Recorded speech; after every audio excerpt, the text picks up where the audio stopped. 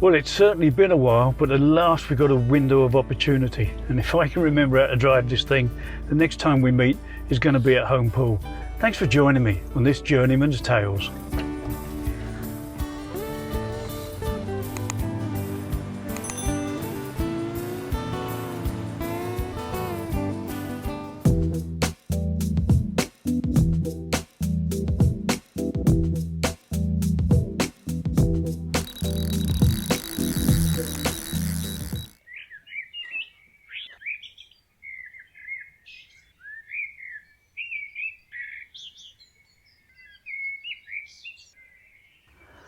Well, here we are, home pool, at last.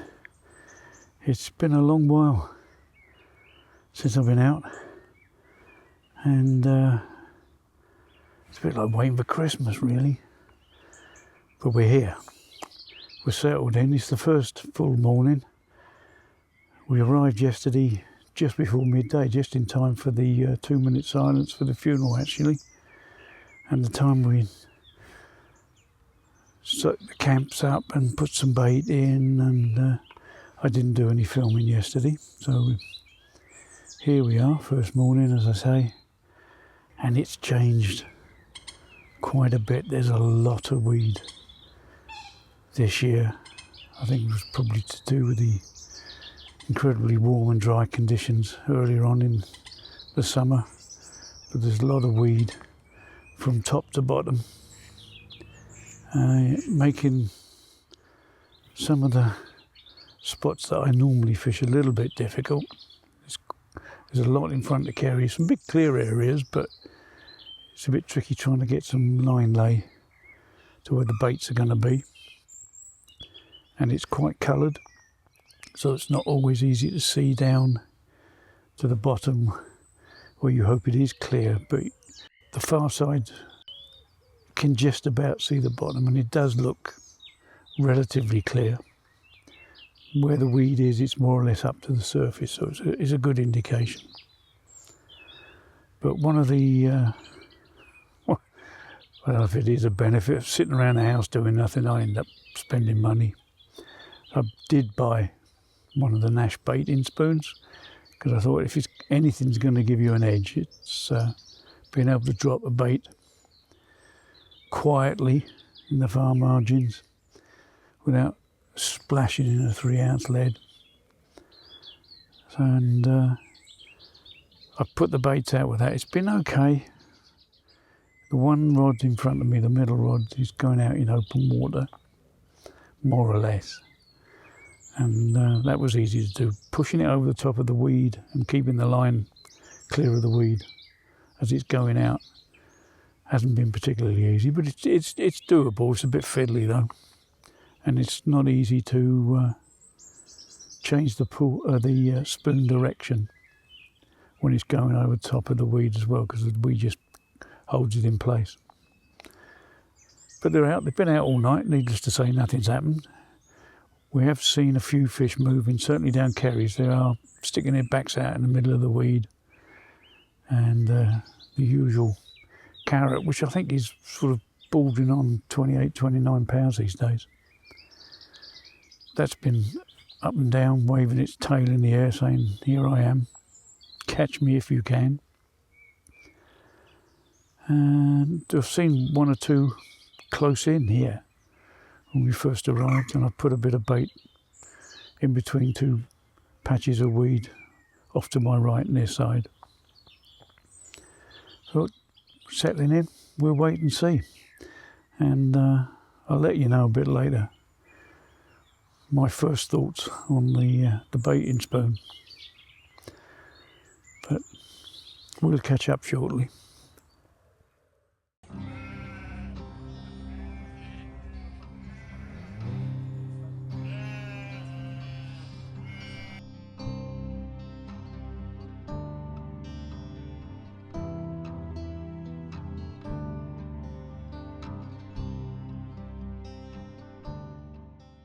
Okay, so the Nash baiting pole, that is my new acquisition.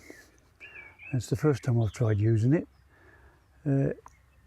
Works reasonably well when there isn't any weed, but when you're trying to push it across weed, it can be a little bit difficult to control, to make sure you're putting it in the right place when you're actually sort of 20 to 30 metres away from you.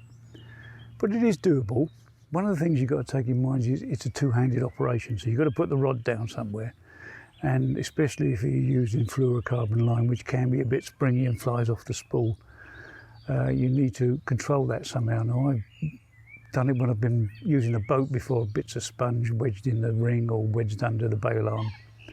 But I've actually, for this trip, I've bought a Ridge Monkey line controller that clips on the spool of the reel, and that seems to be working reasonably well at the moment. Anyway, going back to the actual bait of the spoon, on this particular one that's going out now, I put some boilie and some boilie crumb. Now, as you all know, I like to use a rotary rig. On this particular water, there's no leader, so I'm using the tubing version. Now, if you're using a lead clip, you put it in at the base in the normal way, and you wouldn't have a problem. If you put any tension on that, it's not going to eject the lead or anything like that. If you're using the quick release Corda drop-off lead system, and you're using a lead core or a lead-free leader, if you put any tension on that, when you're putting the spoon out, you're actually going to disengage the lead. So what I tend to do is to put a new fence towards the front of the spoon. So I'm actually retaining the lead, not retaining it up against the clip. But when you're using the tubing, you can actually wedge it, so it doesn't actually eject the lead when you're doing it. So that's what I'm doing with this particular instance. And I've also got a floating bag on the hook link, so when it goes down, it has to dissolve before it drops down slowly. Now, I'm not going into the rigs. You've seen all the rigs I used before. The only change I've made is with the anti-tangle sleeve. Now, idle hands during my enforced layoff from fishing, I was playing with that, and the ones I used to use were the Fox trans khaki, but I found they actually float. They don't float necessarily when you've got them all kitted up properly, but left to their own devices, they float. So I've now gone over to tungsten anti-tangle sleeves. But other than that, it's everything I've ever been using before that you've all seen. Does it work? Yep, there's no wind around at the moment. God knows what it'd be like to do it with wind. It's not as easy, maybe, as you may think, which may account for why there's a lot of them for sale on eBay. But at the moment, in relatively calm conditions, in open water, it gets a thumbs up. It certainly gets the bait out where you need it to be stealthy. We'll see if it improves the catch rate or not.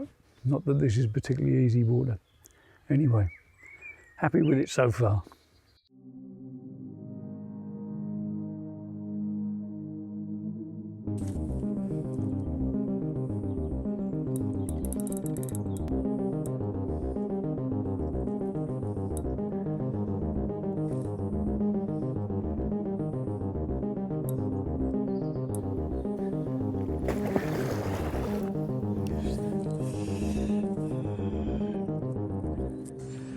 There's been one coming up, a massive one, all afternoon, you know. So I thought I got to have a go, you know. It didn't show at all. And then this one came around here, and it took 5 or 6 in a row. Bang, bang, bang, bang, bang. Whoop, whoop. Whew, I think it's my friend Alinia. Fish. There you go. We got one. Hard going, but we got one.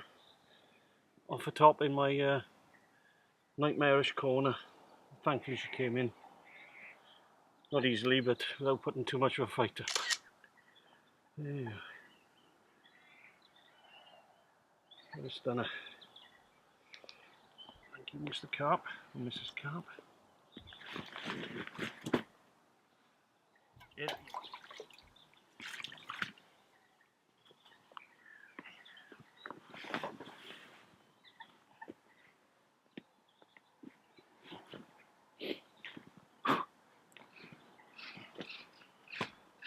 There she be.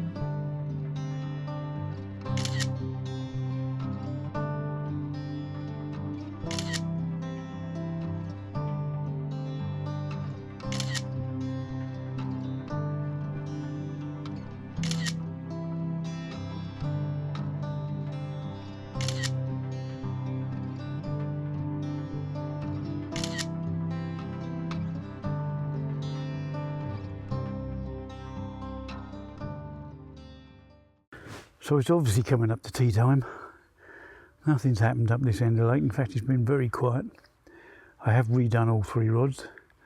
I'm as close as 100% confident they're sitting on something solid, not in the weed. I put a little bit more bait around them.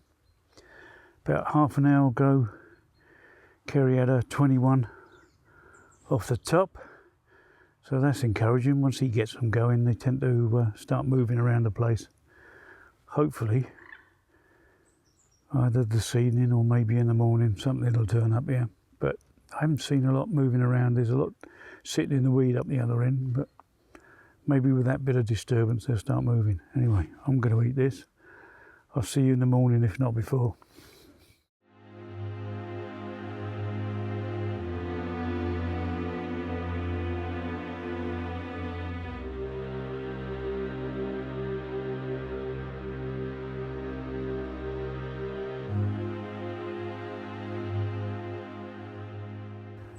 Good morning.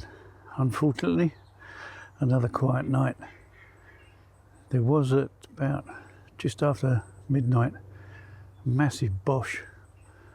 I think at the back of the dot island to my left. You can't see the water from the bivvy because of the reeds in front of me, but that's the area it sounded from.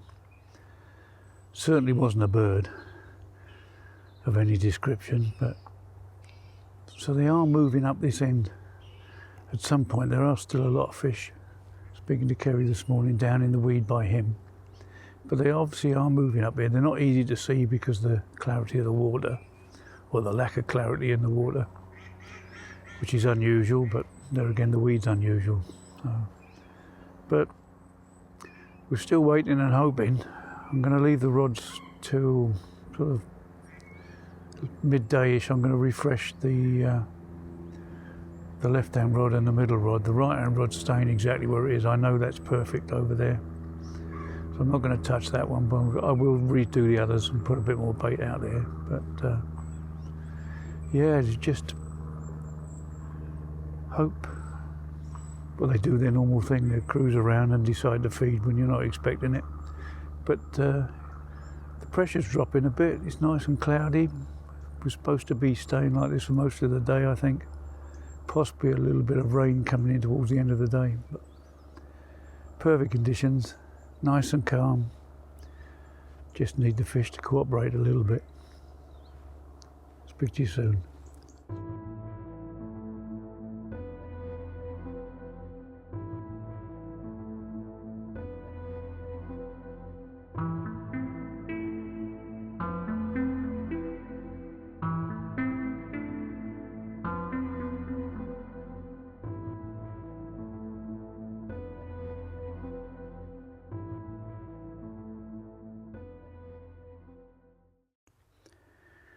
Here we are again, just like yesterday. All very quiet. I've had my tea, but we're still waiting for the carp to have something to eat. Carey's not had anything responding to his floaters today at all, really. There has been a couple of fish showing up this end, a couple boshed out on the far margin, not that far from the baited spots. And there's been a bit of water and weed disturbance off to my right, but not where I put the bait.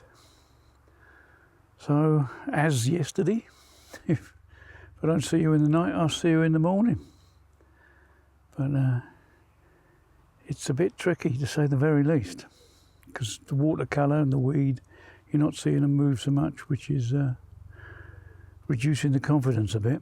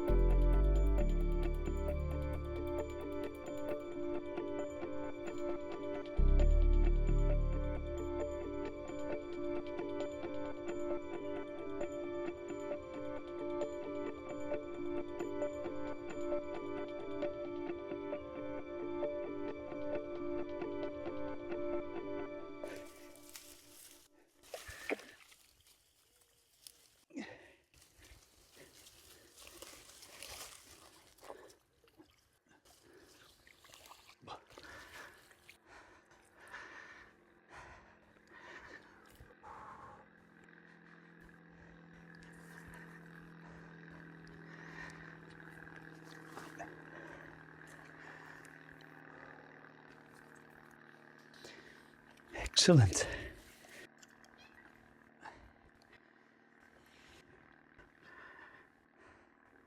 £2. That's how much weight you've lost in the last 10 minutes. 13.8.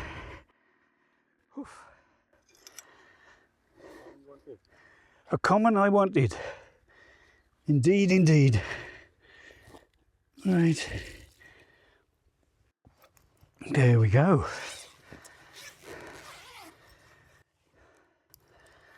The standard after tea bite.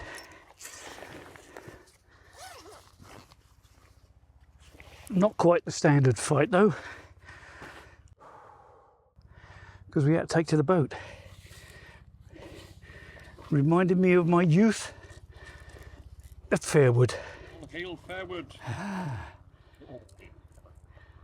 There she is. My little dream maker. 13.5 pounds. A little joy. Threw it to bits. I can relax a bit more now, instead of Carey having all the fun. Oh.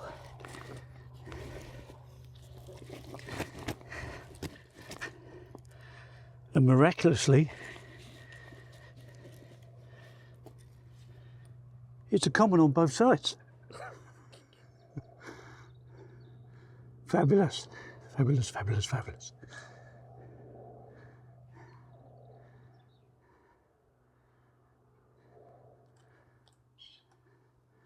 Right, let's get her back.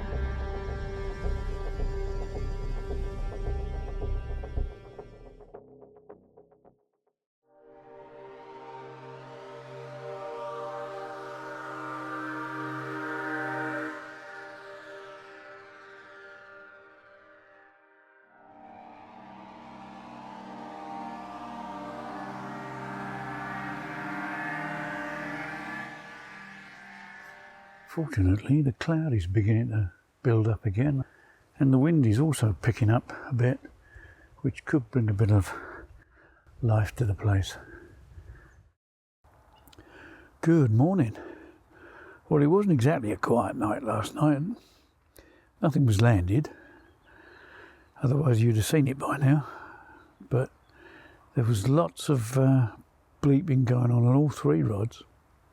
And whether that was fish activity, line bites, it's difficult to tell because the left-hand rod, the line is passing over the top of some weed, so whether that was birds doing that, I don't know. A couple of fish did bosh out. A couple of large fish boshed out by the sound of it up towards the house. And I did get an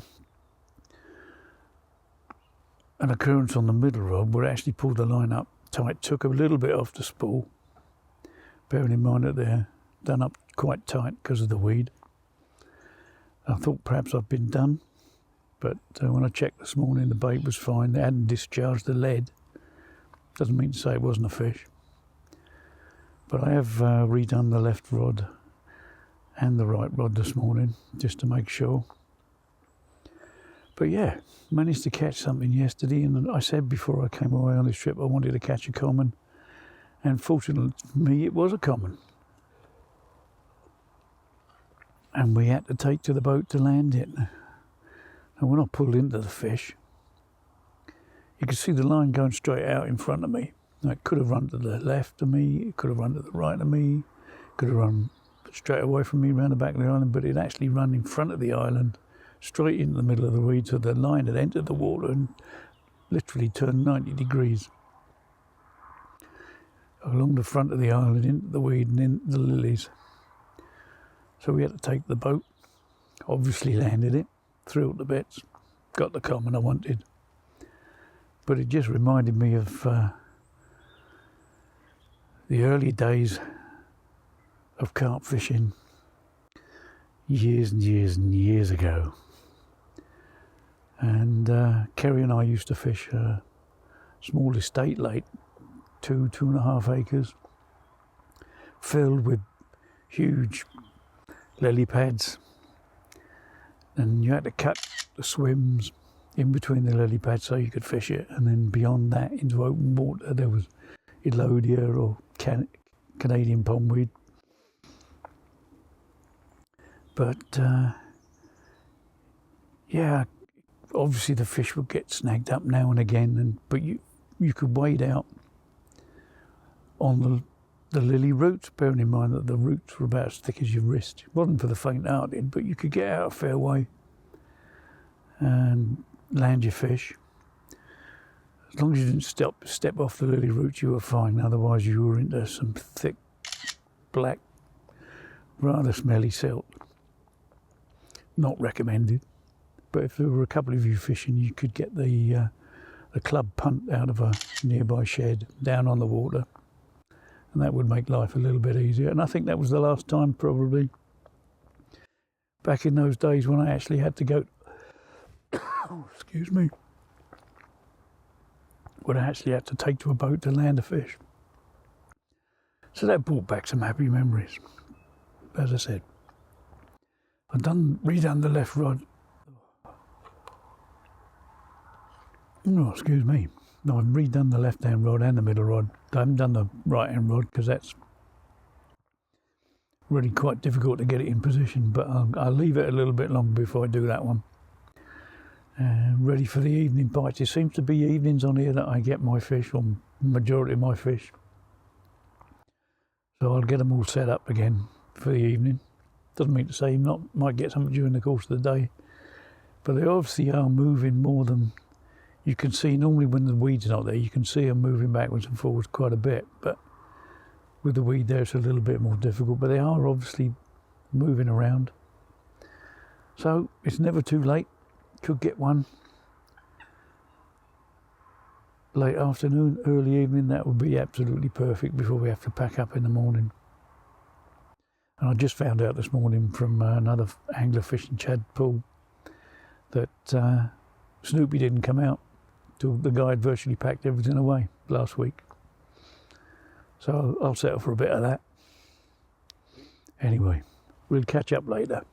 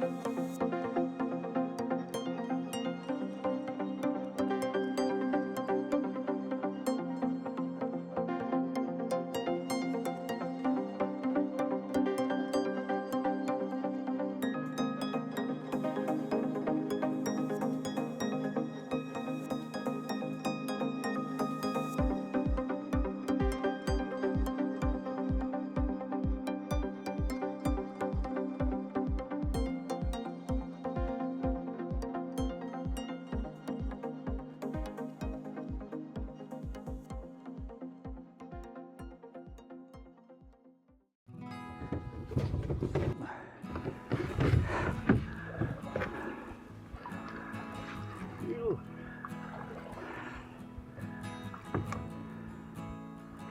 do you feel? Hey? Like a big one? I don't think it's huge.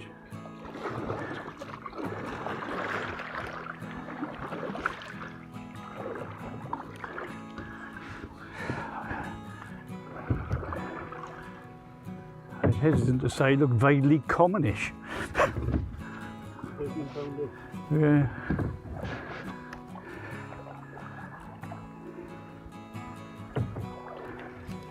Oh, it's there. I could see its tail. Oh, right, yes. It is a commons. It's the same fish.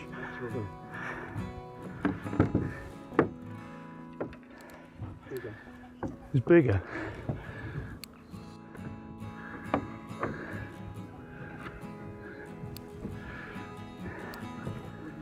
Yeah, don't worry.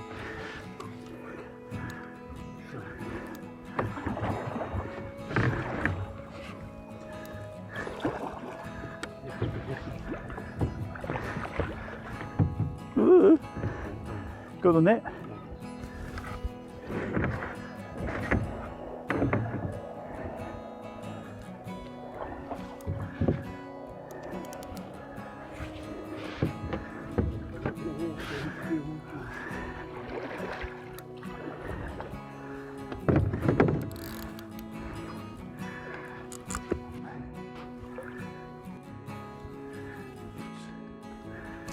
Hang on.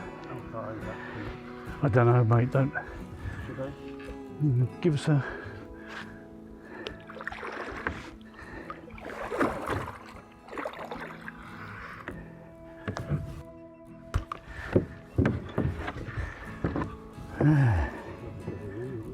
No, I think it's lower than.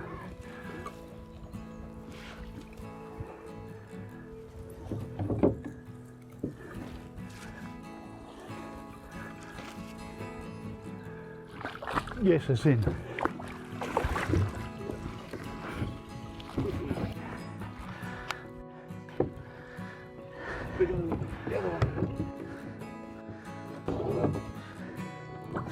Hey? Whoa. It's not a lot bigger.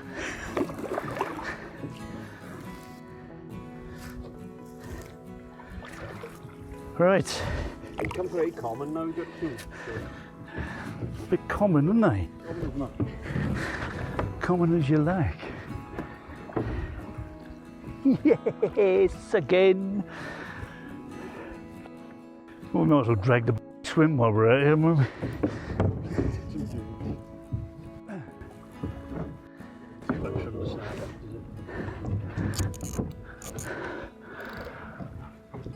I thought it was laughing. It boiled right at the back of the island, and then came out and started heading that way. Oh.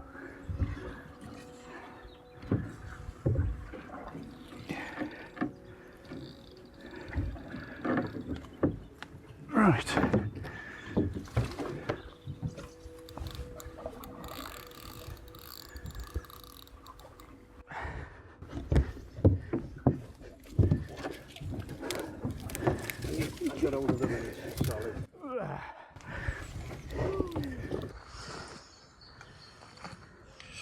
Right, what we got here? Oh, 19.6. Lovely. That's better, huh? I thought it was bigger. We're happy.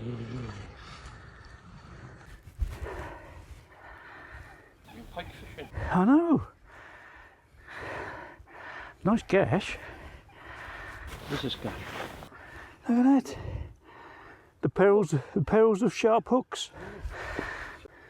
The bloody's mine. The bloody's mine. Blood.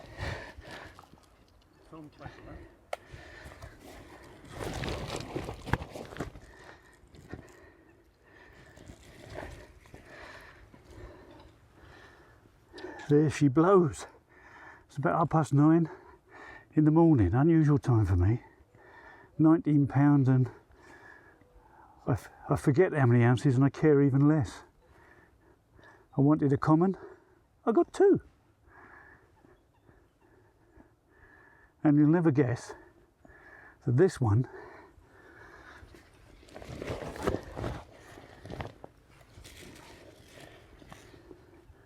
is common on the other side as well.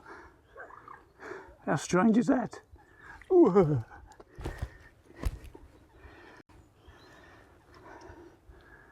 Happy days. Whoa, there be. Right.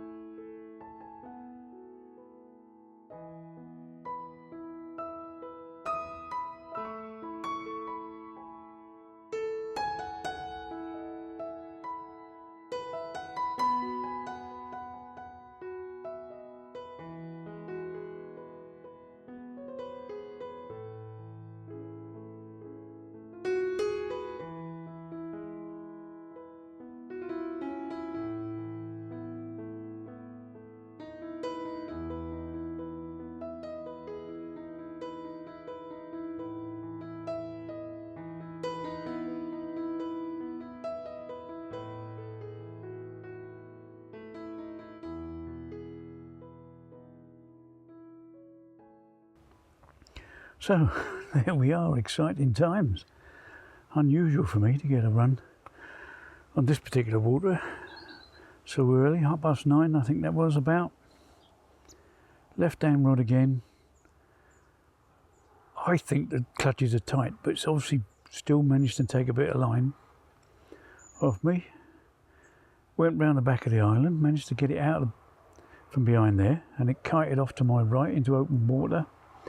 Was coming in reasonably well, rolled on the surface. I could see it was another common, and then miraculously it found a great clump of weed again. So to the boats we went, and yeah, she just sat there really with her head stuck in the weeds till we managed to get her out. So 2 commons, more than delighted, and we've still got this evening to go. And I reckon could be in the sporting chance of getting 1 or 2 more. Or was that being too optimistic? I don't know. I'll let you know.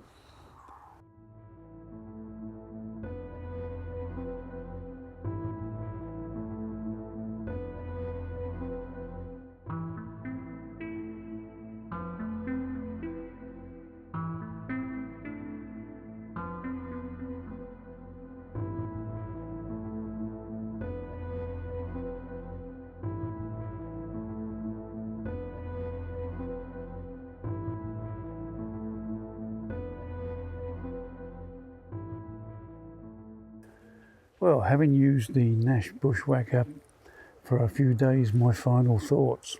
Well, initially I found it quite difficult to put the rig out with some bait, primarily because I was pushing it across weed, and what I found with my favoured fluorocarbon line was catching in the weed and making it quite difficult.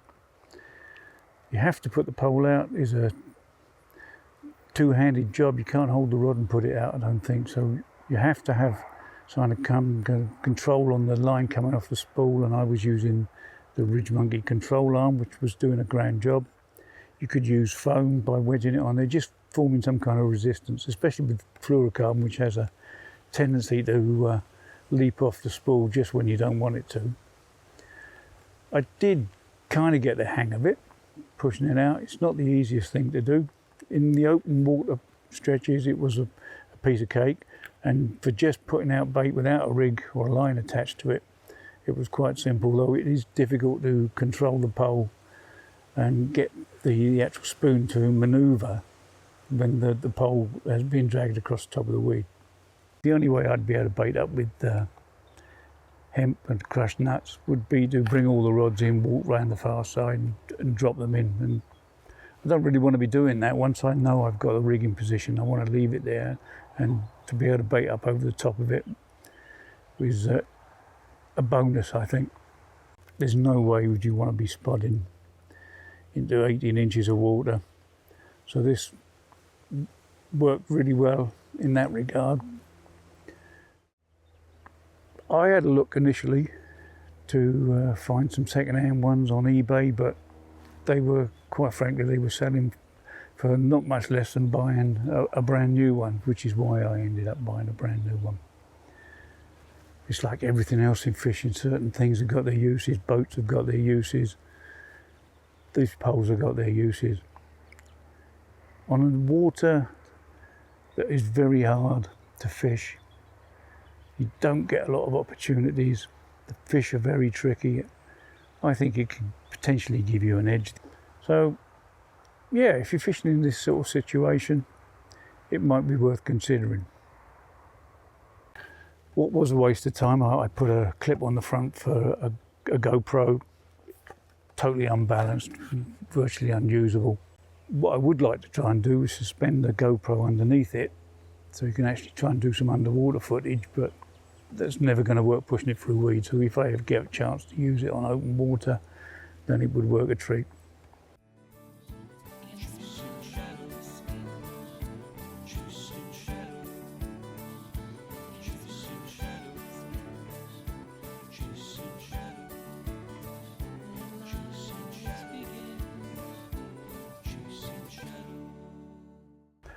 So we're fast approaching the last evening, all too quickly as usual. I've had my tea, and I'm hoping, like yesterday, the carp are about to have their tea. Conditions are absolutely perfect. It's nice and overcast. It's warm. There's a little bit of a breeze on the water. Conditions are perfect. Oh, there's something moving on the far side there. Wobbly water. It's looking good. Positive vibes. But if I don't see you later, I'll see you in the morning.